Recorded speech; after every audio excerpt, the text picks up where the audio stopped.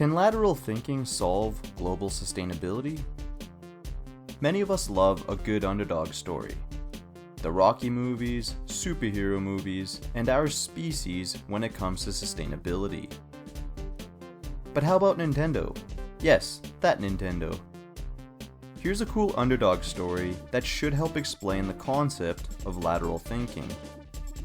The Game Boy, released in 1989, was a black and white handheld video game console using dated technology. Sega's Game Gear, however, was state-of-the-art with a color screen and better technology all around. Nintendo was clearly the underdog, right? Well, today, Nintendo's Game Boy still dominates the market, and Sega's Game Gear has been discontinued for decades.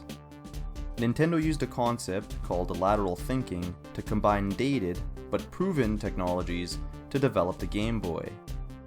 This provided a few distinct advantages. It used less batteries than the Game Gear needed, and had a longer battery life since it wasn't using fancy color screens or state-of-the-art computer processors.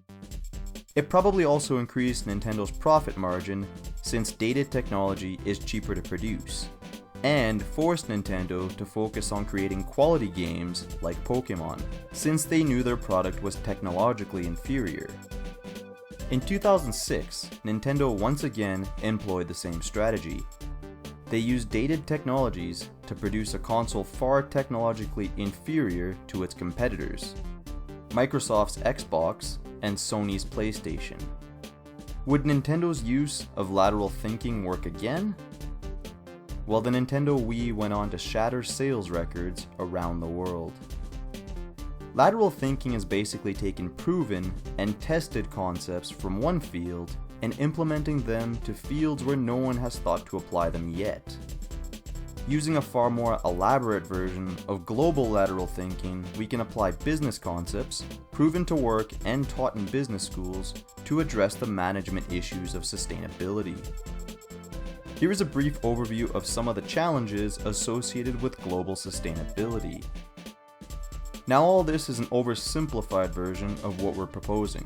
We explain in detail how to do this in our podcast.